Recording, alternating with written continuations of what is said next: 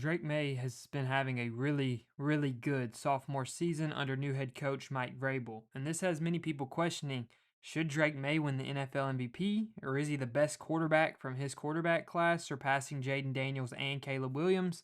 And while I would personally vote for Jonathan Taylor at this point to win MVP, I want to jump in the film and see, does Drake Maye have a genuine shot to win MVP, or are his numbers just a little bit inflated? Let's dive in the film.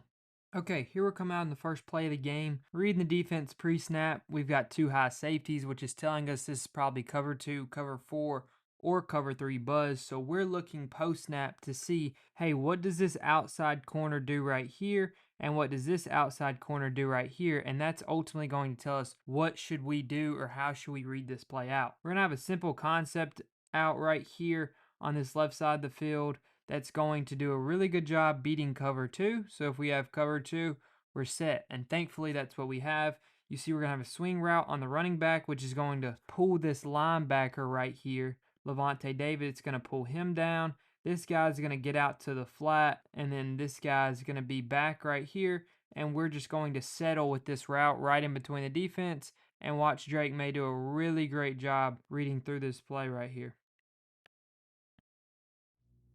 Is that back foot, ball's out. Great job. Love the Patriots giving him these easy completions on first down. I really love when teams do their best to surround their young quarterbacks with easy plays, easy decision making early on in the game. Here, we've got a 3rd and long after a few incompletions, and the biggest thing I want us to focus on is watch how the Buccaneers change it up after realizing that Drake Maye's onto what they're doing.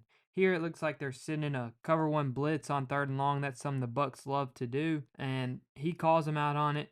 They switch out into a cover 2 man package. And something that's always important to note about cover 2 man is these DBs in cover 2 man typically give up the outside more than the inside, right? So you're always going to want to attack the sidelines and stuff like that. The reason this play doesn't end up working, and this is something that's very unfortunate sometimes, especially as an NFL quarterback when you're under pressure, is we're going to think that our receiver is running a 7 route, which is pretty much a deep corner. But he's not actually running that.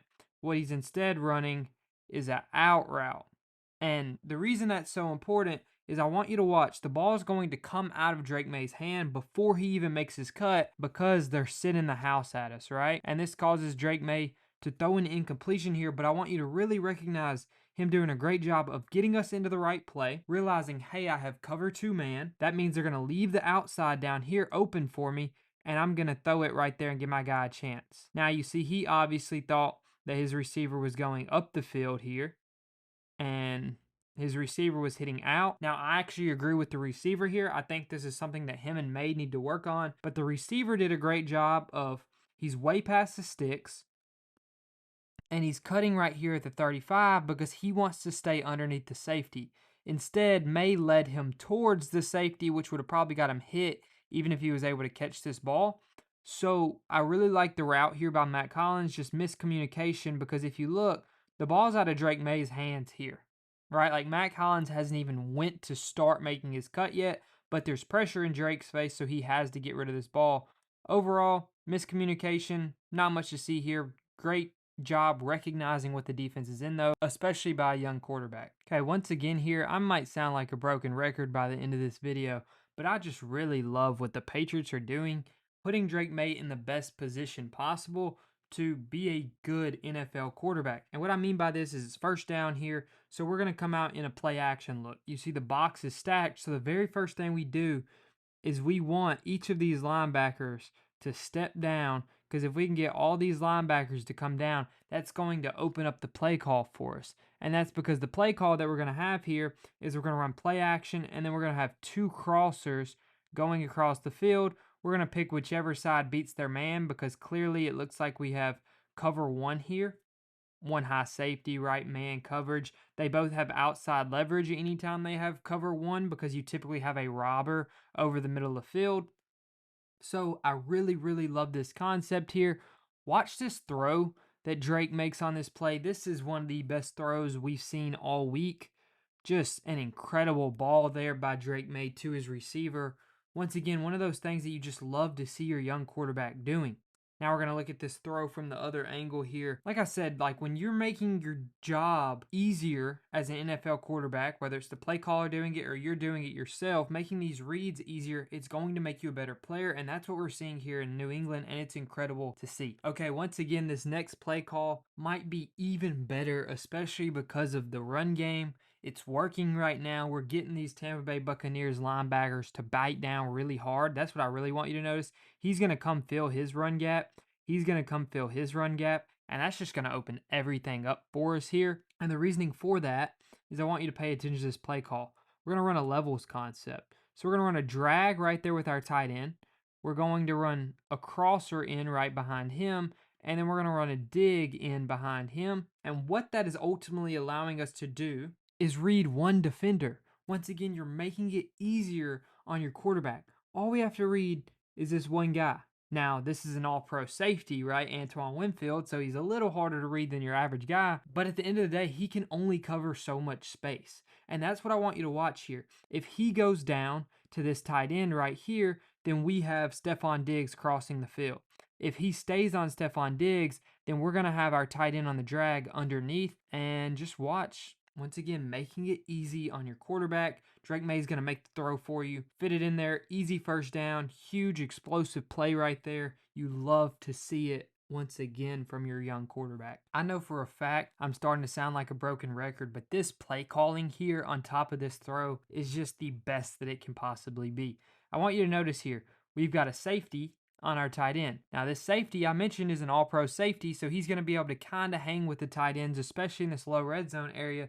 But if there's one problem with Antoine Winfield Jr., he's not that tall. So in these goal line packages, it makes your job a lot easier if you can get a one-on-one fade ball with him, right? The problem with that is tight ends typically aren't the fastest guys in the world, so they're not typically able to get the amount of separation you need down here. So they're going to do this instead. They're going to motion down Stephon Diggs and then run him to the back corner, and Drake Maye is going to be able to high point the ball to him. And they're going to run Hunter Henry on a little hook right here just to keep McCollum out of the play. And this is ran to perfection. Watch this ball by Drake Maye. I mean, this is as impressive of a throw as you're going to see. Just puts it in the spot where only his receiver can get it. Antoine Winfield is not tall enough. This next one right here, it's going to be a miss. I didn't want to only show all the good film, right? Wanted to mix it up a little bit.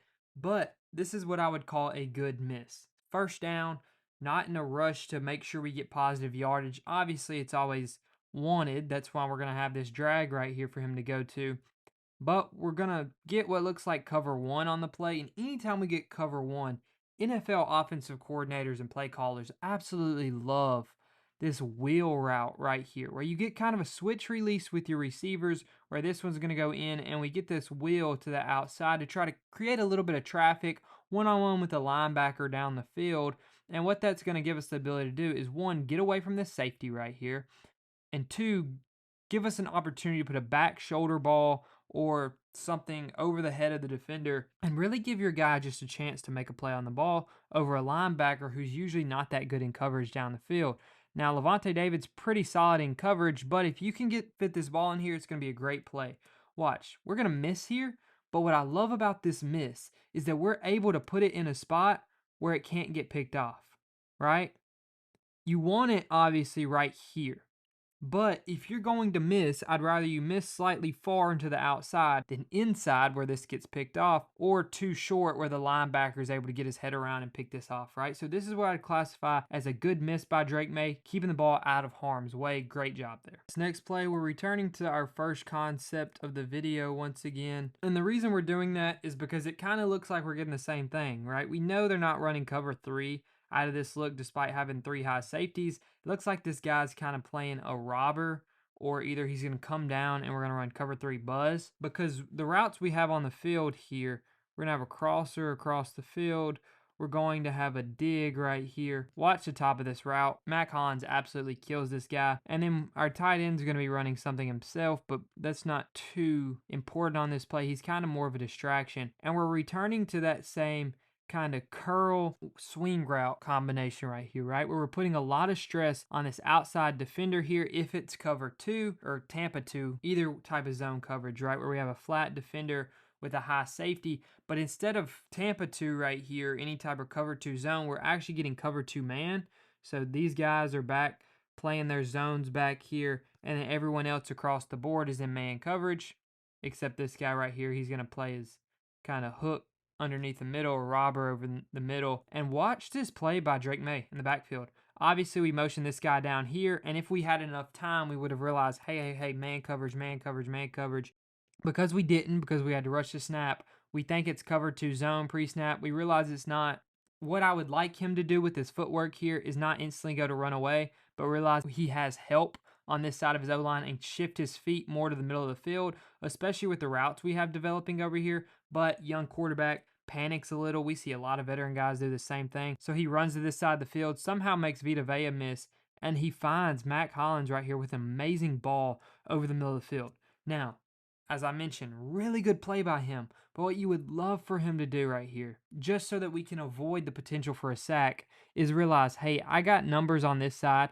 Let me move my feet right here to the middle. And then I have the option to, hey, either hit Diggs deep, which it doesn't look like he's actually going deep, or find Mack over the middle. Now, in hindsight, we're glad we got the completion, but in this current moment, you would have really loved to avoid Vita Vea. One, because you don't want to get crushed. I mean, Vita Vea is a massive guy, but also you want to get rid of sacks. They're drive killers, right? But great job here by Drake Maye, making a miss. Really good play there once again. Maye just had a really good game. On this play, we're going to have a really good play call dialed up here. We got 3rd and 14 though, so it's really, really improbable, especially because it looks like we're coming out in quarters coverage, or brackets across the top is how some people would call it, because you have this umbrella type look over here. And that's really meant to not let us get anything deep, but the Buccaneers do an awful, awful job right here. So the goal with this play call is we want to run this guy almost to the sticks, and then we want to hook him down here, and we want to run both these guys out of the backfield to the flats. And the reason you want to do that is because against cover 4, all 4 of these guys go deep, and you have these underneath linebackers who drop into their zones, and if you can get this guy to pull out wide and this guy over here to pull out wide, you'll have this hook right at the first down marker. And then these outside guys, we just want them going deep because we ultimately want them to just pull as many people out of the play as possible, all the attention as possible out of the play. So right here's what we should be hitting, right? We want to hit our receiver in this zone right here. But because I mentioned there was awful defense on this play, watch what happens. This guy's looking and he's like, oh my goodness, they got it open. And he's trying to cheat down here for the throw, and that ends up sending Mack Hollins right by his face. And just an incredible ball. I mean, look where he catches this at the 18-yard line. We're throwing this from about the 28, right? I mean, we're putting about a 55-yard throw, air yards right here, right on the money. Receiver catching his stride. Love to see it. Unfortunately, here we're going to end it with his worst play of the day. What we're trying to dial up here is a quick little wide receiver screen, right? Let him go right there, block it up really well.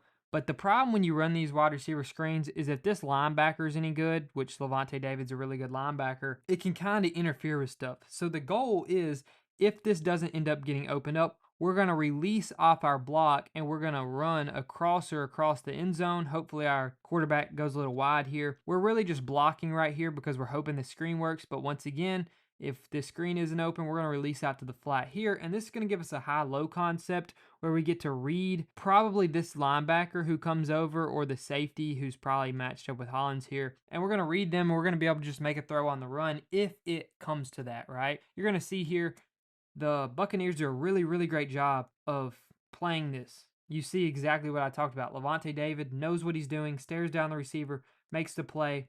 Mack wide open right here, but we've already moved off our progression to this side of the field. Don't know why. Nothing's supposed to develop on the right side of the field, but we roll out because that's what we're supposed to do. And you see Mack's coming open across this back pylon right here. We should already throw this ball right now to the S, and we have an easy touchdown. But Drake holds it, closes out space a little, which is not always a good thing, because what you did is you allowed Antoine Winfield to catch up, but it's still open. If we lead him to this pylon, we have a touchdown. But he leaves this ball inside, a little bit underneath, and we throw a pick. Now let's look at it from the other angle to get an idea of how this was still a great play. He's just got to put a lot better of a ball in there. Okay. Watch. Gets it open right here. Lets it go. You see, he's got him open. If he puts this ball right here, sorry, this is covering it up. If he puts this ball right here, we've got a touchdown. He leaves it inside though, almost like he hadn't really made up his mind who he was throwing to until late, and he didn't really get it out of his hand the way he wanted to. I know I do this a lot when I'm throwing. If I'm mixed between two reads, sometimes my brain will calculate it wrong and I'll throw it in between them. Or this could just be a missed throw, right? It's really hard to be running this fast to your right and get that ball out. But typically you'll see them sail this way instead of back to the middle because quarterbacks naturally know anything you try to throw across your body is going to be a pick. But like I said, he just misses this one here, unfortunately.